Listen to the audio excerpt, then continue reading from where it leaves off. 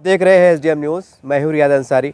इस वक्त मैं महाराष्ट्र के ऐतिहासिक शहर औरंगाबाद से बात कर रहा हूं और आप समझ सकते हैं कि 3-4 दिन के बाद ईद आने वाली है और तमाम मुस्लिम समाज में जो आखिरी सप्ताह चलता है, एक ख़रीदारी की धूम होती है, सारी बात होती है और ये भी इंतज़ार रहता है कि कब दिखेगा ईद का चाँद और हम कब ईदगाह में जाएंगे और नमाज़ अदा करेंगे, क्योंकि ईद की नमाज़ ईदगाह में पढ़ी जाती है, खुले मैदान में पढ़ी जाती है। और जैसा औरंगाबाद की हम देख रहे हैं, शहर की आबादी में बहुत इजाफा हो रहा है कि छावनी की जो ईदगाह भी कम पड़ रही है। ऐसे हालात में शहर के तमाम ज़िम्मेदारान, चाहे सियासी हो, समाजी हो या मजहबी हजरात हो, उनकी भी कहने की एक जवाबदारी रहती है कि ऐसे हालात में जब आबादी मुसलसल बढ़ रही हो, हम भी कहीं एक ईदगाह बनाएं। ये ईदगाह के लिए जो तो जगह तलाशे, ज़मीन कहाँ है, वक्फ की ज़मीन कहाँ है, ये सारी बातें होती हैं। तो देखिए, एक बड़ी, ये तो मशहूर है, इसमें कोई शक नहीं, शाह सोख्ता मियाँ दरगाह, उसके बाजू का परिसर ईदगाह है। अभी मैं बात कर रहा था ये वीडियो चलाना शुरू करने से पहले, उन्होंने कहा कि मराठवाड़े का पहले ही ईदगाह का परमिशन है। तो देखिए कितनी दूरअंदेशी है। अगर हम उस वक्त थोड़ी गफलत बरत देते तो पता नहीं है कोई कॉलेज बन जाता, कौन सी इमारत बन जाती, कौन सा कार्यालय बन जाता। होता है ऐसा, क्योंकि वक्फ की ज़मीन के साथ ऐसा होते आया है, चल भी रहा है। लेकिन ख्वाजा शरफुद्दीन साहब और इनके तमाम माविनीन, इन कमेटी के ज़िम्मेदारान ने बड़ी दूरअंदेशी से कि नहीं, आने वाले वक्तों में हमारे एरिया के परिसर के लोग, जहाँ आबादी बेशुमार बढ़ जाएंगी, तो ये लोग कहाँ नमाज़ पढ़ेंगे, क्योंकि मस्जिदें कम पड़ जाती हैं। तो ऐसे हालात में इस ज़मीन को संभालना और बड़ी जिम्मेदारी से इसके ईदगाह का परमिशन लाना, ये अपने आप में बहुत बड़ी बात है। हम समझते ये काम तो जो बड़े बड़े नेता रहते हैं उनका काम रहता है, जो वक्फ बोर्ड के जिम्मेदार बैठे रहती है उनका काम होता है कि औरंगाबाद समेत और भी शहर में, गाँव में कहाँ पर आबादी बढ़ रही है, ये सोचना पड़ेगा आपको। कि ऐसा नहीं है कि आप ये पेट दुख रहा तो दवाखाने में जा रहे। अरे भाई, आप वक्त से पहले भी सोचोगे क्या होने वाला है। इस बहाने से मैं आपको आगाह भी कर रहा हूँ कि मराठवाड़े में और भी कई ज़मीनात हैं, आप कहाँ हैं ये वक्फ बोर्ड को मालूम है, और वहाँ के मुसलमानों की आबादी कितनी ये भी आपको मालूम है। तो ज़रा होश में आइए, कागज़ पत्थर बनाइए और बोलिए सरकार को कि आबादी बढ़ रही है, हमको ईद की जो ईदगाह की ज़मीन चाहिए, जैसा ख्वाजा शरफुद्दीन साहब ने, इनकी टीम ने किया है और करके बताया है। वादा नहीं किया है जुमलेबाजी का कि हम करेंगे देखेंगे, करके बताया है।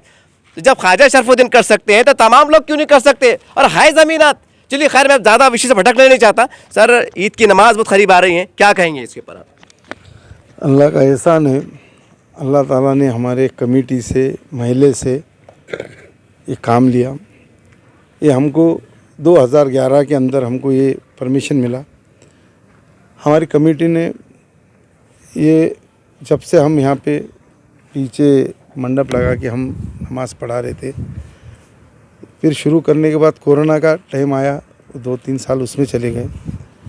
तो ये साल अल्लाह ने हमको हिदायत भी दी और हमने ये काम पूरा कंप्लीट, ईदगाह जिसे कहते हैं, मुसल्ला, उसके सामने चबूतरा, ये ईदगाह की पहचान है जी। तो हमने वो पूरा वो कंप्लीट हुआ और पूरा इसी ईदगाह को पार्किंग बहुत बड़ी है। हमने पहलवर से भी कब्रिस्तान की जगह, जो पहलवर नाले के पास थी, वहाँ पे भी हमने 2-2.5 एकड़ जगह निकली है, वो पार्किंग के वास्ते है जी। उसके बाद में साइड से भी हमारे पास पार्किंग है जी। और बहुत अच्छे तरीके से हम यहाँ इंतज़ाम करती है हमारी कमेटी। और महिला का भी हमारा को बहुत साथ है, सब महिला हमारे सब मिलकर, ये काम अकेले का नहीं, सबका है ये काम। इंशाअल्लाह ये हमारे को आज़ादी के बाद मेरे को ऐसा लगता है कि मराठवाड़े में पहली ईदगाह होंगी कि हमको परमिशन मिला और अल्लाह ने हमारे से काम भी लिया और हमको, हमारी कमेटी को हिदायत भी दी और ये काम अल्लाह ने कराया। तो हमने इसी का टाइम 9 बजे रखा है जी, ईद का नमाज का। तो राइट टाइम 9 बजे होंगी। तो सारे औरंगाबाद शहर वासियों से हमारी अपील है कि नई ईदगाह तो 10 साल से, मगर पूरी कंप्लीट ईदगाह जो बन चुकी है, आए वहाँ पे नमाज अदा करें। सर, जब ये ज़मीन को लेकर आपके दिमाग में कैसा आया कि हाँ ईदगाह होना चाहिए, वो ख्याल और पल कैसा है आपके दिमाग में कि हाँ ईदगाह होना चाहिए? वो तो अल्लाह ही कराते हैं, अल्लाह जहाँ ज़रूरत रहती है वहाँ कराते हैं। जहाँ पे जो सी ज़रूरत है, किसी से भी काम लेता अल्लाह, वो अल्लाह ही डालता है। अल्लाह ही को जो करना है वो अल्लाह ही कराते हैं, अल्लाह के सिवा दूसरा कोई नहीं कर सकता। इसके अगर वाक़या अगर तो बहुत टाइम लगेगा जी। अगर से इसकी बहुत इसका बोलूँगा तो तुम बोलेंगे कि जी। ये बनी कैसा। जी ये आपके मालूमात के वास्ते बोल रहा है कि ये ईदगाह 1.5 दिन में या 2 दिन में ईदगाह बनी। जी ये ईदगाह का परमिशन 2011 में हमको मिला। जी मेरे को जाना था, मेरे को मिला औखाब में जी परमिशन मिला। और मैं जब कॉर्पोरेटर था, मैंने मेरे दोस्तों के साथ मैं उम्रे को जा रहा था, जी उसको भी पासपोर्ट दे चुका था मैं। जी तो मैं जा गया और मेरे को वहाँ से मैंने ईदगाह का परमिशन लिया और मैं महानगर पालिका में गया। तो मेरे दोस्तों ने बोले कि अपना उम्रे का अपना बोले वहाँ का भी अपने को टिकट और वीज़ा आया बोले। जी अब वो खुशी के अंदर हमने ये परमिशन उसके साथ रख दिए टिकट जी और उम्रे को चले गए। हमारे कमेटी वालों को किसी को पता नहीं था। जी अब वहाँ जाने के बाद हमको जब रिटर्न आने का था, हमारा ईद के बाद था, हाँ तो ईद के 3 दिन बाद था। तो हमने उम्रा होने के बाद हमारे दोस्त के वहाँ पे गए और रिटर्न देख रहे थे अपन कब है जाना है। जी तो हमारे रिटर्न में ये मिला हमको परमिशन।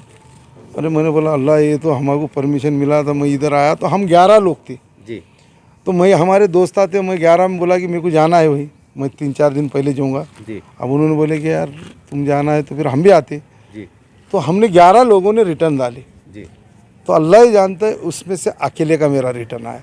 जी सबका कैंसिल हुआ, मेरा अकेले का टिकट हुआ। जी तो मैंने वापसी का, जी तो मैंने बोला या अल्लाह मेरे से काम लेना है। 2 रकात नमाज पढ़ी, आए। 3 दिन पहले आए, हमने यहाँ आए तो पूरे झाड़ा काटा ये थे।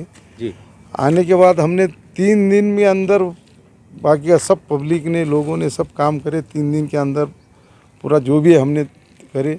2 ही दिन बचे थे, जी तो 3 दिन नहीं बोला, 2 ही दिन बचे थे। जी तो एक दिन तो चांद ही नहीं दिखा, दूसरे दिन बाकी कंप्लीट हुई तो चांद भी नहीं दिखा था और एक दिन मिला। जी जी तो वैसे 3 दिन में ये हमारे को ये ईदगाह पहले हमने शुरू नमाज किए थे।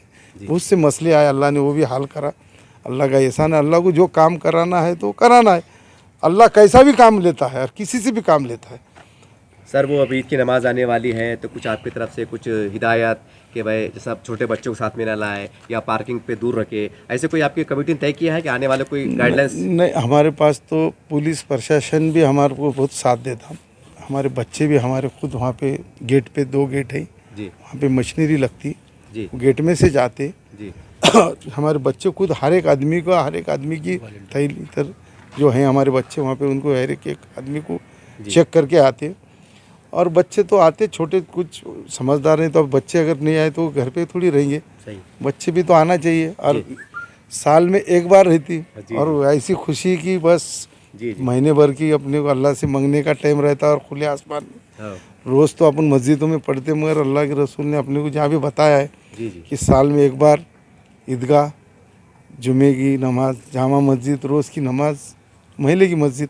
जी तो जो लोग जहाँ आना चाहते हैं आते ही, वो बाकी जो बुजुर्ग है वो ठीक है मस्जिद में पढ़ते। जी जो जवान बच्चे, छोटे बच्चे तो खुशी के मारे आते ही, जी और आना भी चाहिए उन्होंने भी।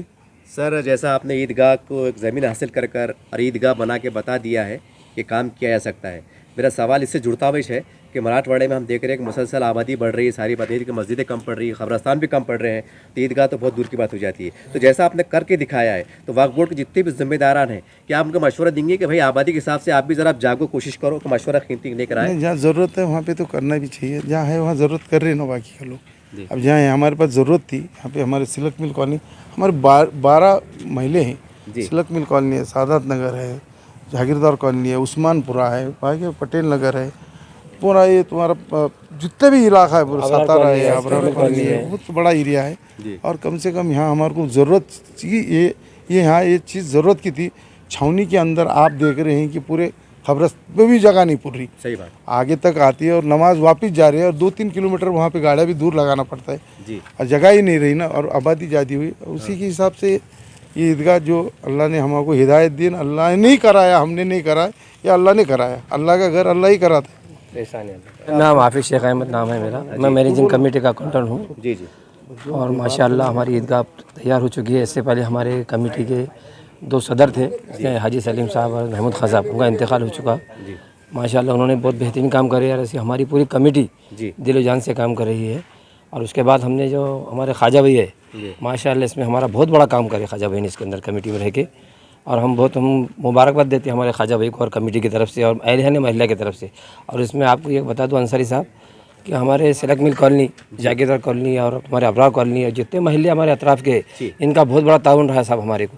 जी, ख़बरस्तान के अंदर भी, दरगाह में भी और ये ईदगाह के अंदर भी जी, हमको हर चीज़ में साथ दिया उन्होंने। जी। हमारे माने केसेस का मसला हो, हमारे कमेटी के साथ बराबर शाना बशाना हमारे साथ खड़े और माशाल्लाह हमारे कोई परेशानी नहीं हुई हमारी। और माशाल्लाह आज हम हमारे सदर साहब को बहुत बहुत मुबारकबाद देते हैं जो खड़ रह के रात दिन, हालांकि तबीयत ख़राब थी उनकी, वो लगातार यहाँ खड़ रह के काम कर रहे हैं सब। उसमें हमारे सेक्रेटरी साहब है हाजी शरफुद्दीन साहब, तारा पान सेंटर वाले, उनका बहुत बड़ा ताउन है साहब, वो भी हर वक्त हमको साथ देते हैं। हमारे सेक्रेटरी है कमेटी के, जी जी, बाकी पूरी कमेटी हमारे साथ है माशाल्लाह, बहुत बेहतरीन काम कर रही है इसमें। इस तरह से आपने देखा शाह सोख्ता मियाँ के बाजू जो ईदगाह का परिसर है उसकी साफ़ सफाई का काम चल रहा है, ज़मीन हमवार की जा रही है और पूरी कोशिश की जा रही है कि ईद की नमाज़ के टाइम नमाजियों को, मुसलियान को कोई तकलीफ़ ना हो। बहुत कोशिश की जा रही है और खड़े हुए साहब, और सारी बातें तो आपके सामने आ गई, कोई बात को दोहराना नहीं है। लेकिन कहते हैं ना कि पत्रकारिता वो चीज़ होती है कि पत्रकार ने कुछ अंदर की बात को बताना चाहिए, वरना तो हमारे देश में ऐसा चल रहा है कि कुछ पत्रकारों को लोग गोदी मीडिया कह रहे हैं, ये भी सच्चाई है। खैर, मैं इस वक्त क्योंकि मामला धार्मिक है, मज़हब इस्लाम से जुड़ा हुआ है, जब दरगाह, मस्जिद, ईदगाह की बात आती है तो कहीं ना कहीं इस्लाम से जुड़ी बात, शरीयत से जुड़ी बात आती है। और एक बात मैं तमाम औरंगाबाद के तमाम मुस्लिम लीडरान को, सामाजिक संगठनों को बता दूं, देखिए नारेगांव में इससे पहले कई बार धरने मोर्चे हुए थे और काय के वास्ते हुए थे, खबरस्तान के वास्ते। अब अंदाज़ा लगाइए नारेगांव के आसपास की 4-5 हल्के जो आबादी है वो आज की तारीख में 1 लाख क्रॉस करते हैं। तो वो लोगों ने ईद की नमाज के लिए कहा जाना, ये मेरा काम नहीं है, ये नेताओं का काम है कि भाई हमारे अपने अपने समाज को हम संविधान के दायरे में रह के हमारे अधिकार को समझते हुए हमने कैसा काम करना, ये आपकी जवाबदारी है। मैं घूम रहा हूँ, लोगों की तड़प देख रहा हूँ, परेशानी देख रहा हूँ, तो मैं आपको रिमाइंड कर रहा हूँ, वरना ये आपकी जवाबदारी है। ये वक्फ बोर्ड की जितने जिम्मेदार है उनकी जवाबदारी है कि भाई कौन सी बस्ती में ईदगाह हमको बनाना चाहिए। ज़मीन भी पड़ी हुई है, 80 एकड़, 100-150 एकड़, पता नहीं कितनी एकड़ है वो, तो क्या उसमें से हम 10-12-15 एकड़ में ईदगाह नहीं बना सकते? आगे का सोच के, जैसा ख्वाजा मैंने करके बताया, देखिए कितनी पुरानी बात है, 2010 की बात है, आज आबादी बढ़ चुकी है, आज उसका फ़ायदा मिल रहा है। तो क्या तमाम वक्फ बोर्ड के जिम्मेदार ये काम नहीं कर सकते? नारेगांव हो गया, अतराफ़ के इलाके जाते हो, आपको घूमना पड़ेगा। खाली इलेक्शन आ गया और भाई हमको ये वार्ड में 20,000 का वार्ड पट्टा है, 1 लाख का पट्टा है, चलो यहाँ पर वॉलंटियर्स लगाओ, ये एक अलग शक्ल है। लेकिन जायज़ ज़रूरत क्या है शरअ एतबार से, ये भी आपको समझना पड़ेगा, क्योंकि वक्फ बोर्ड का बराह रास्त ताल्लुक मतलब दरगाह से, मस्जिद से, उससे है, पॉलिटिकल से नहीं है। अब ये अलग बात है, सरकार ने बनाया है। तो मैं इस बहाने से मैं तमाम को झुझोड़ने की कोशिश कर रहा हूँ, पूरे मराठवाड़े में, महाराष्ट्र में, जहाँ जहाँ भी आगे की नज़ाकत देखते हो, आबादी कितनी बढ़ रही है, छोटी सही लेकिन ईदगाह बनाने की कोशिश कीजिए। कहाँ पढ़ेंगे नमाज, कहाँ पढ़ेंगे? तो उम्मीद करते हैं कि आप इस बहाने झुंझुड़ जाए। और देखिए प्रैक्टिकल है, कोई फेंका फाक वाली बात नहीं है, कोई हवाई फायरिंग नहीं है। अरे भाई सब बोलते क्या होता, कुछ नहीं होता। ये शख्स सामने खड़ा हुआ है जिसका नाम ख्वाजा शरफुद्दीन है। जब ये और मराठवाड़े की पहली ईदगाह का परमिशन ला सकते, जैसे इन्होंने कहा आज़ादी के बाद, तो क्या औरंगाबाद में और मराठवाड़े में कई दिग्गज मुस्लिम जो लीडर हैं, तो आप भी सोचिए ना, आप भी कुछ काम करके बताइए। क्योंकि ईदगाह में जब लोग आते हैं, जब 30 रोज़े रख के आते हैं, तो साहब अगर एक रोज़दार की दुआ कबूल होगी, इस तरह से जैसा ख्वाजा शरफुद्दीन साहब ने करके बताया है, आपको भी करना पड़ेगा।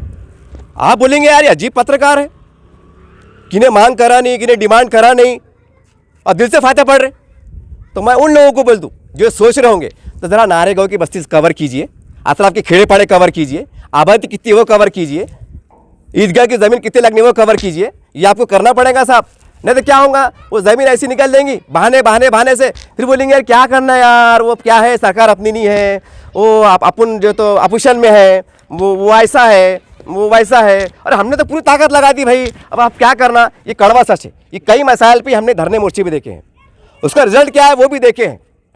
ज़्यादा विषय में जाना नहीं चाहता, वीडियो को बड़ा करना नहीं चाहता, लेकिन ये बहाने से मौका बड़ा अच्छा है करके मैं आपको झुंझुड़ रहा हूँ कि अपने जैसा जानना हो गया पूरे, क्योंकि मराठवाड़े का जो वक्फ बोर्ड है पूरे महाराष्ट्र का है। आप देखिए, मैं वक्फ बोर्ड के तमाम जिम्मेदारों कह रहा हूँ, अपने जैसा जानना है, परवानी जानना है, उनको लोगों को बुलाइए जिम्मेदारों को कि भाई आपकी आबादी कितनी है, आपको ईदगाह की ज़रूरत है या नहीं है, वहाँ ज़मीन है या नहीं है, ये आपको तलाशना पड़ेगा, क्योंकि इस शख्स से आपको प्रेरणा मिलेंगी। ये जब इस शख्स ने करके बताया है तो आप क्यों नहीं कर सकते, क्योंकि आप कुर्सी पे बैठे हुए। तो उम्मीद करते हैं इस जज्बे को, इस पैगाम को आप समझेंगे। और याद रखिए, मैंने बोल के अदा हो गया, कल आखिरत में पकड़ जाएंगे तो आपकी जवाबदारी, इसको आपको महसूस करना पड़ेगा।